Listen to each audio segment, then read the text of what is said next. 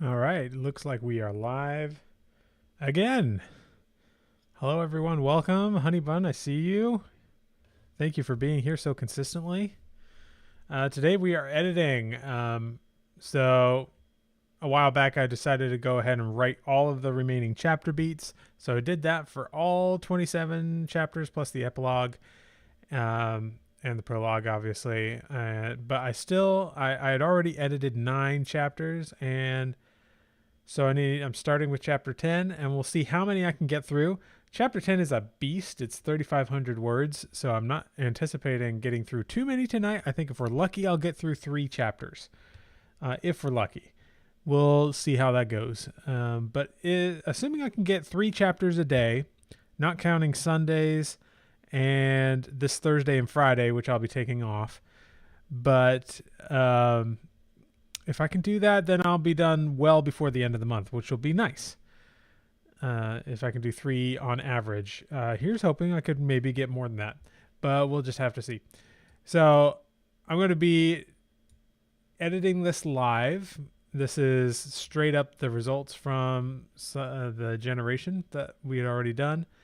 I have the next, looks like 7 chapters already generated, plus the epilogue we generated earlier. And but I haven't generated chapter 17 through 27, so I still have to do that. But I'm not going to do that tonight. Thank you. Sorry, I'm going to butcher your name, Bargov. Thank you so much for the kind words. I appreciate that. I got to tell you guys, and I can't say any too specifics, but sometimes you get people that are such a drain on, like, you guys familiar with the 80-20 rule, where like 80% of the results you have come from 20% of the work, right? That's kind of like a common thing that just comes up all the time. Another application of the 80-20 rule is that 80% of all of your support like calls, like all of the support you have to deal with helping people, come from 20% of the people. And like, I've been dealing with this one person, and obviously not going to name names, but you guys are not those guys. You guys are awesome. You make me feel like I'm actually providing something of value here, and I really do appreciate that. So thank you for the kind words. All right, so let's get started. And I'll go ahead and kind of read this out loud as we go along. I might read a little quickly so as to cover more ground, because like I said, this is a 3,500 word chapter, and we'll just even see how good it is. So here we go. Mina Harker watched with bated breath as Abraham Van Helsing slowly pulled open the towering wooden doors of the castle. She had not laid eyes on the old doctor in over a year. He looked no different. Perhaps a little older. Had it really been 5 years already?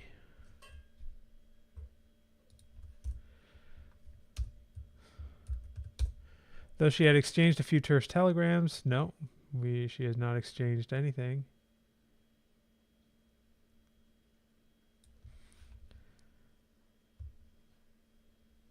Just seeing.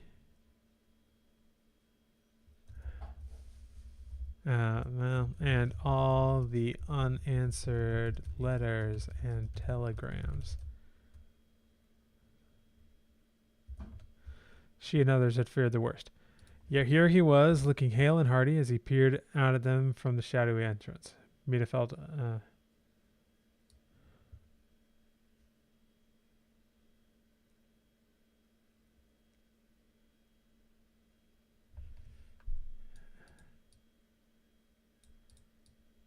we'll just say a wave of relief washed over her, but it was short-lived. Abraham, Mina exclaimed warmly, quickening her pace toward the door. Behind her trailed Jonathan Harker, her husband, as well as our... we don't need to specify who they are because we know this by this point.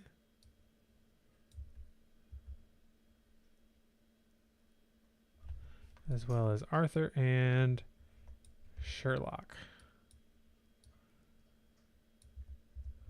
Yeah, it's like giving us background knowledge because it feels like this is the first chapter, which in its eyes, it is.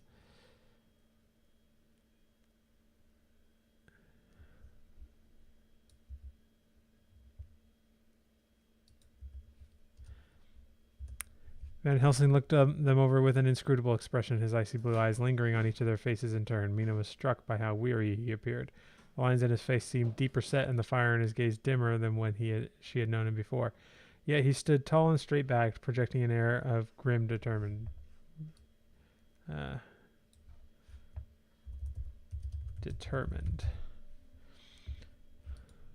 When his eyes settled on Sherlock Holmes, Van Helsing raised a bushy eyebrow in evident surprise. Mina had wired ahead. No.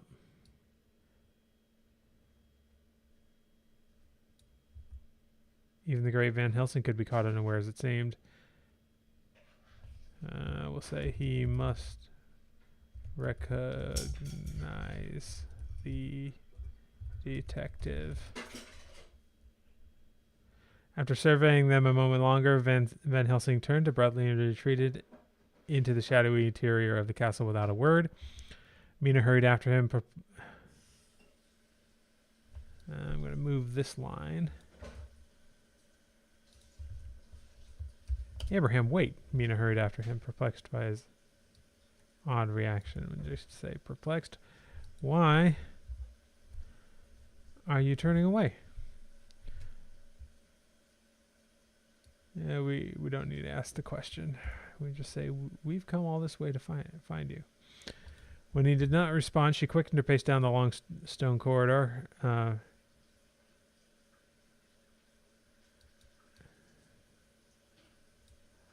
footsteps echoing off the vaulted ceilings overhead. The others followed close behind. Abraham, Mina called more loudly, please stop and talk to us. Still he kept walking, not even turning his head in acknowledgement. Mina felt a flare of... there's a trigger word again, felt. Frustration mounted in Mina. No, that's too illiterate.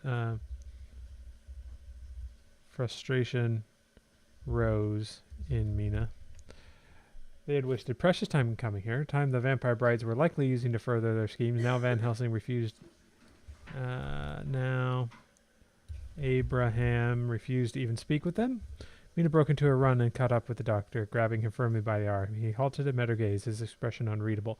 You never responded to a single one of my letters, Mina said, unable to keep the hurt from her voice. We thought you might be dead, and now the brides have come to London. We need your help. For a long moment, Van Helsing simply, let's see, from her perspective, it's Abraham, simply looked down at her hand upon his arm. Then he turned and continued on down the corridor. Mina stood there momentarily stunned. She felt the companions draw up behind her, radiating equal parts confusion and concern. This cold, silent stranger was nothing like the Abraham Van Helsing they had known. What had happened to him? Swallowing back her frustration, Mina set off after him once more. You must talk with us, Abraham, she implored, struggling to keep pace with his long strides. We've come all this way. The least you can do is tell us why you've ignored our letters for so long. We thought you were dead. She already said we thought you might be dead up there, so I'm just going to remove that.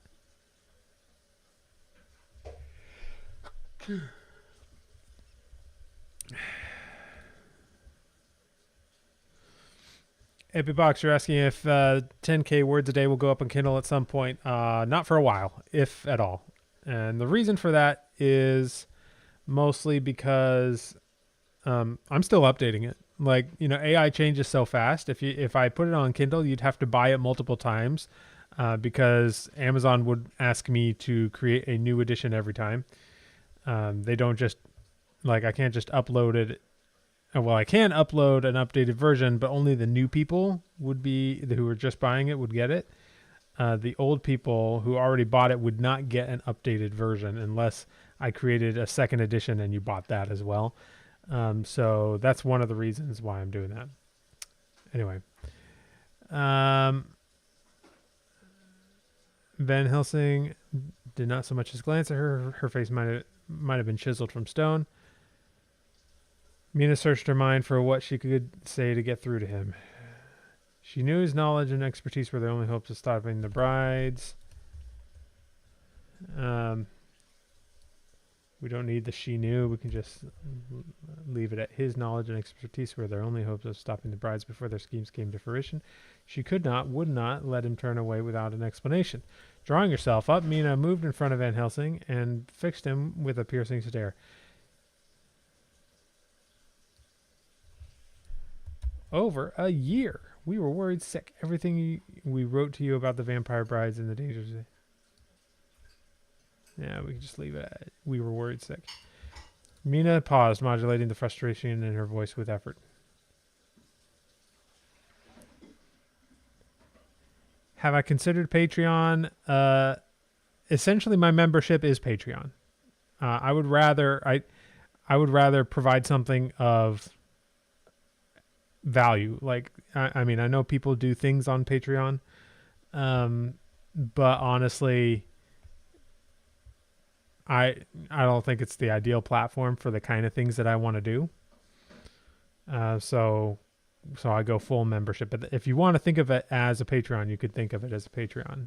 It's just a Patreon where you're getting a lot more than what you would get for $5 on Patreon or whatever. All right. We have come a long way to find you, Abraham. The least you can do is tell us why. She held his gaze, refusing to budge until he provided an answer. For the first time, Van Helsing reacted. He met her stare, and Mina saw a crack form in his stony facade. His eyes looked profoundly weary, haunting even behind his detachment. You say the brides have come to London, he said at last, his voice a guttural rasp. We don't need that. Well, we could add something like his voice sounding like he hadn't used it in a long time. You are certain of this? Mina blinked, wrong-footed by the question. She had expected excuses or explanations, not this blunt inquiry. Yes, quite certain, she responded. We've seen them ourselves, the 3 brides. We'll just say 3 of them.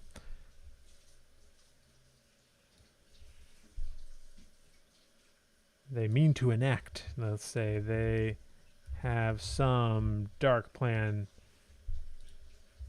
for London. We're sure of it. Van Helsing absorbed, let's say Abraham. Abraham absorbed this silently, and then he turned and beckoned them to follow. Come, we have much to discuss.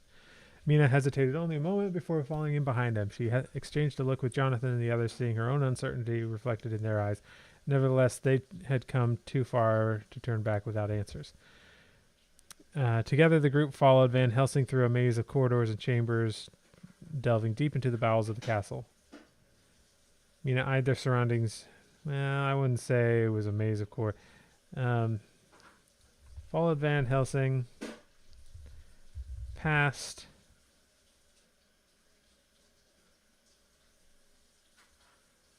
the main entrance hall and into a space and down another long corridor. Mina eyed their surroundings warily as they went. She had not been back inside this accursed place since barely escaping it with her life all those months ago. The Gothic architecture and gloomy ambience dredged up chilling memories.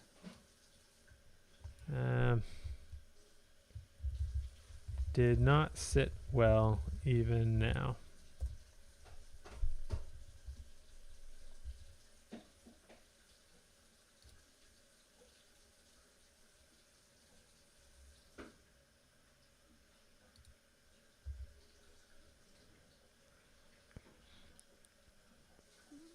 Yet she gradually noticed the castle did not seem as ominous or unkempt as she recalled. Cobwebs no longer draped every corner. Many of the walls' sconces now held actual torches or candles, banishing some of the oppressive shadows. There was no longer a pervasive aura of decay and menace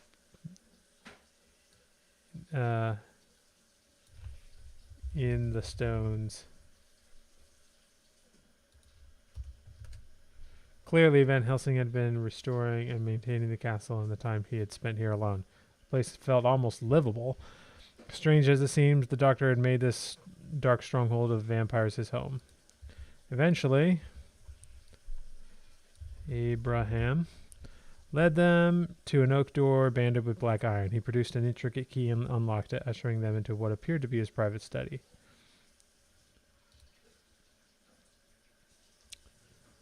Mina glanced around with interest as she stepped over the threshold. The spacious chamber was lined with bookshelves soaring all the way up to the vaulted ceiling far overhead. Many leather-bound tomes and scrolls crammed the shelves, along with a myriad strange artifacts. Vials of liquid, skeletal remains, both human and animal, mystic runes etched into stone, and other bizarre occult objects. I'm okay with that. A large writing desk occupied one side of the room, strewn about with sheaves of paper, half-melted candles, pens, and various scientific instruments. The walls were covered in arcane symbols. They don't need... in symbols, both arcane and scientific,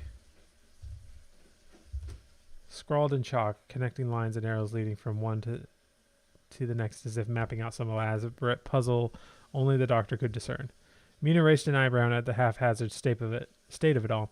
The doctor had clearly been hard at work plumbing the castle's occult secrets.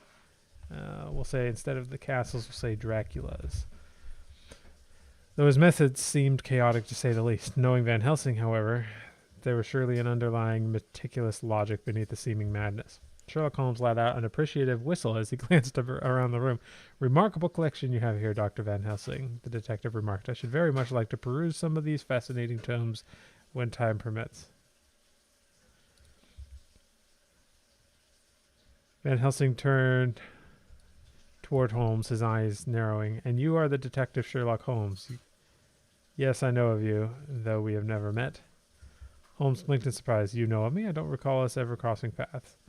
"We have not," Van Helsing confirmed, "but I attended a lecture of yours many years ago at the University of Copenhagen. You gave a most insightful presentation on determining time and cause of death from corpses in various states of decay. I introduced myself to you briefly afterward." Okay, so this bit about him.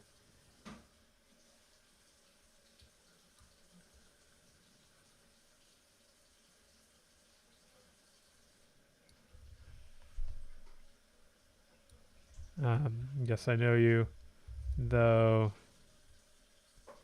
it has been some time since we crossed paths."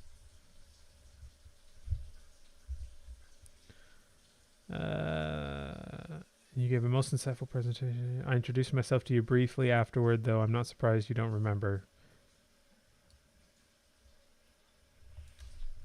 It was some time ago. "Of course, Copenhagen in 82. Holmes exclaimed. "I think that would be about right, 82. Forgive me, it was so long ago and I meet so many people in my work, but I do recall the lecture quite vividly now. The details of your groundbreaking studies into vampirism came back to me as soon as I heard we were seeking..." No, that doesn't work. "It is an honor to make your proper acquaintance at last, Doctor." Holmes extended his hand, but Van Helsing had already turned away, striding over to his writing desk. "Yes, well, let us focus on the matter at hand," he muttered, rifling through the paper scattered atop it. After a moment, he let out a grunt of satisfaction and retrieved a leather journal. "Come sit," he said, beckoning them toward a circle of high-backed chairs that comprised a sitting area to one side of the study. Mina and the others arranged themselves in the proffered seats. She noted how Jonathan positioned himself beside her chair, hovering close as if ready to defend her should the need arise. Her husband's protectiveness brought a pang of fondness, though she sensed no immediate threat from Van Helsing. Still, the doctor's state of mind concerned her greatly. Once they were settled, Van Helsing passed the journal to Mina. She accepted it quizzically. "This contains all I have been able to learn regarding Count Dracula's 3 brides," Van Helsing explained before she could inquire. "I see by your expressions that you know something of them already. Tell me what you have learned, and I will fill in the rest." Mina nodded and quickly perused the journal, Jonathan and Arthur peering over her shoulders. It appeared to contain thorough notes on the origins and capabilities of the vampiric trio, along with speculations and theories about their natures penned in Van Helsing's cramped handwriting. We know they are called the... we know...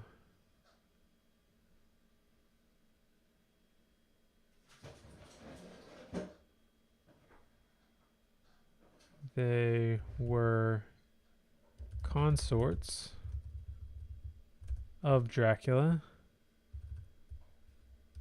whatever that entails.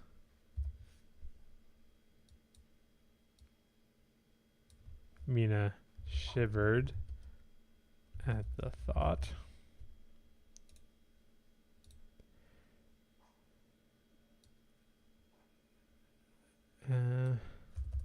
And you have there, and I recognize these names: Cosmina, Eval, and Mara, and it seems they come from different eras.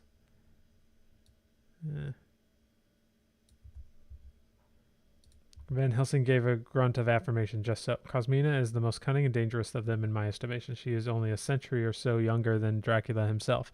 Eval was turned sometime in the early 1800s, during Dracula's sojourns across Europe. As for Mara, she is freshly made, turned by the count scarcely 2 decades past. I'm going to say 1700s for Eval, and we have to spell this out. 1700s.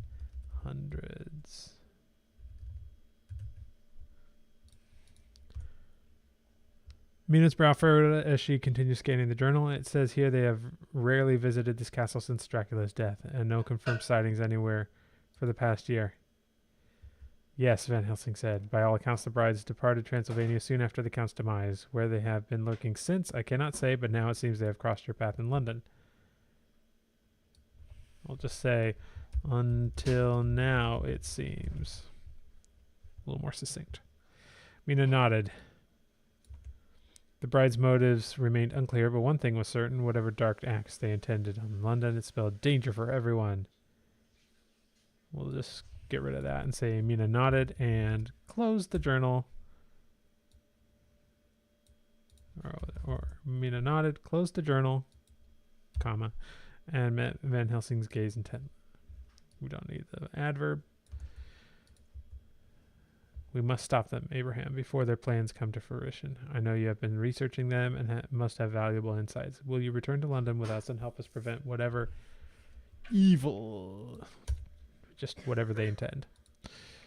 Van Helsing, I'll just change that to Abraham, held her gaze for a long moment. Mina thought she saw a glimmer of the old fire in his eyes, but then he turned away, the weary detachment stealing over his features once more. My place is here, he rasped. There is important work yet to be done. Mina's shoulders slumped.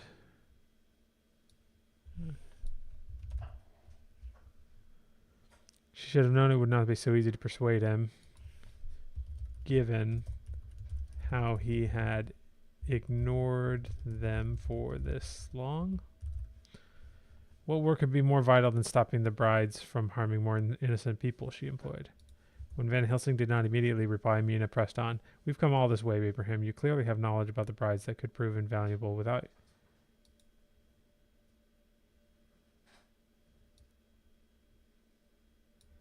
No, this is kind of a repeat. Have knowledge and skills we need. Van Helsing slowly turned back to face her, and Mina was struck by how ancient he suddenly looked. She realized with a start that he... I'll just say it. The long months here alone had clearly taken their toll. You traveled a long way to find me, he acknowledged, but I'm afraid it was in vain. For nothing. I'm afraid. My place is here. Researching ways to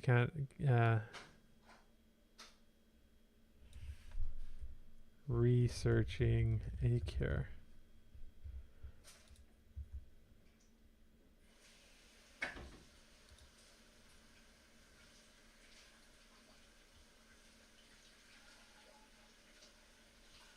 Hang on, I want to move back to where we were describing the room here. Here we go.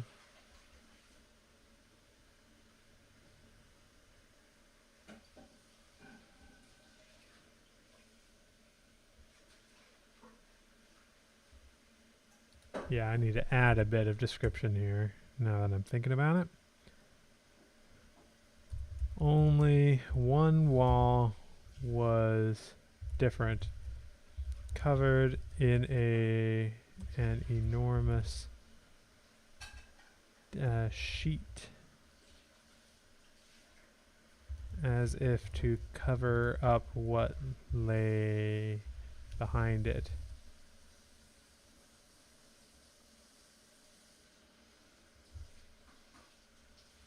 An odd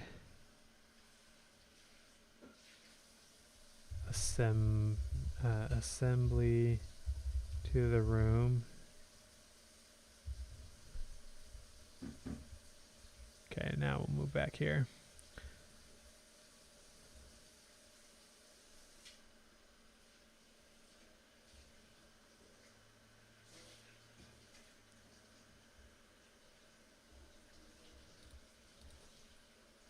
Mina opened her mouth to protest, but Van Helsing raised a hand to forestall her. I have taken certain precautions to ensure I do not pose a threat to humanity in my isolation here. It is not safe for me to leave. Mina's brow furrowed. What sort of precautions could he mean? We'll say, what sort of danger could he be to others? Before she could inquire, Jonathan spoke up from beside her. Surely one man alone stands little chance of stopping.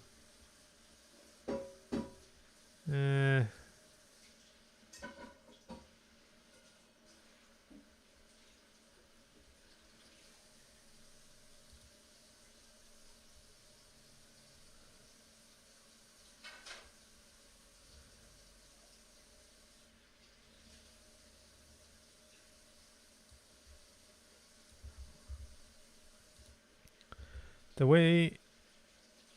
Oh, hang on.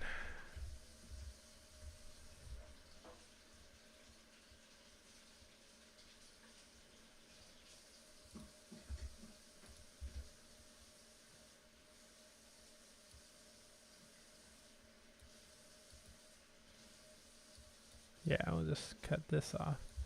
The way he avoided looking at them directly, his obvious discomfort at their presence here, had hinted at some revelation he was reluctant to share. She glanced at Holmes and saw the detective wore a similar expression of scrutiny. Before she could probe the matter, Van Helsing suddenly strode over to the far wall of the study. He seized that was covered by the drapes. He seized the thick cloth draping cloth and tore it away in a single brisk motion. Mina gasped, immediately shrinking back as a wave of revulsion washed over her. The revealed section of wall was arrayed with religious iconography, crosses of various shapes and sizes. We'll say materials, because they're all going to be the same shape, but different sizes. A six-pointed Star of David, another holy symbol she did not recognize. Garlic bulbs hung from hooks between them, and a collection of wooden stakes lay neatly stacked on a small table. The sacred objects emanated a palpable aura that set Mina's teeth on edge. She shuddered involuntarily, resisting the urge to flee the room. Glancing sideways, she saw Jonathan eyeing the display with interest, while Arthur and Holmes appeared unaffected. Clearly, the blessed items were indeed having... Van Helsing moved back around the desk, observing her reaction closely. After a moment, he gave a slow nod. Yes, I suspected as much when you first arrived. I'll say when you left the first time. You did not escape this castle this castle wholly unchanged. Mina tensed. The doctor's use of the word changed held ominous implications.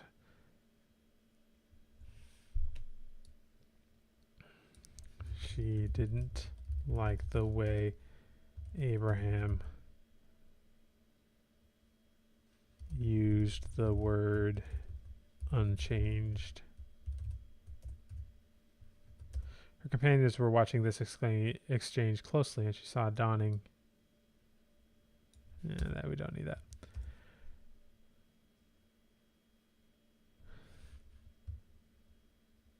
He advanced on her, and she took an involuntary step back.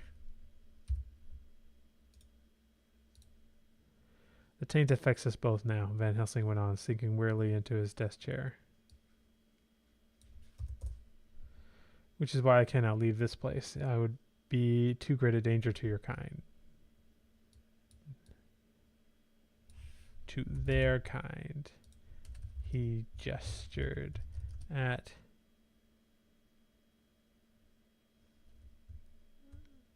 Jonathan, Arthur, and Sherlock. Mina, we'll say, stopped backing up, scrutinizing the doctor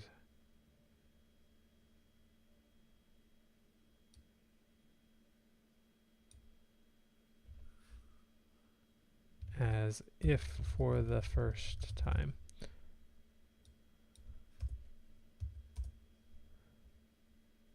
What do you mean there? Their kind. She asked guardedly. When Van Helsing did not immediately reply, she pressed on, her voice rising. Dracula infected me with some dark contagion, that much is true. But you speak as though, she faltered, dreading the answer, yet needing to hear him say it plainly. What are you saying, Abraham? The doctor met her gaze with profound sadness in his eyes. The Count's final vengeance upon me for destroying him was to make me the very thing I hunted. He bared his teeth slightly, revealing the all too familiar lengthened canines.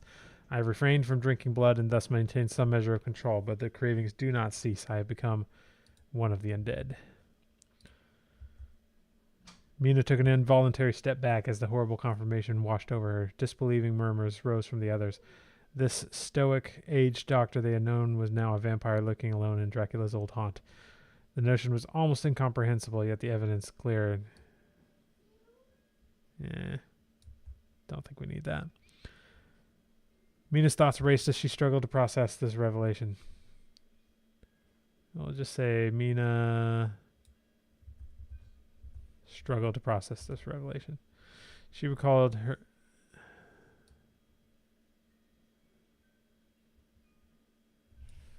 That was what had bothered her when she entered the castle. The lack of any scent from Van Helsing. Indeed, she realized now she could not hear a heartbeat from him either. The signs had been there all along if she had eyes to see them. I don't think I included that bit about her sensing Van Helsing, or sensing something off about Van Helsing. So I'm going to add that real quick.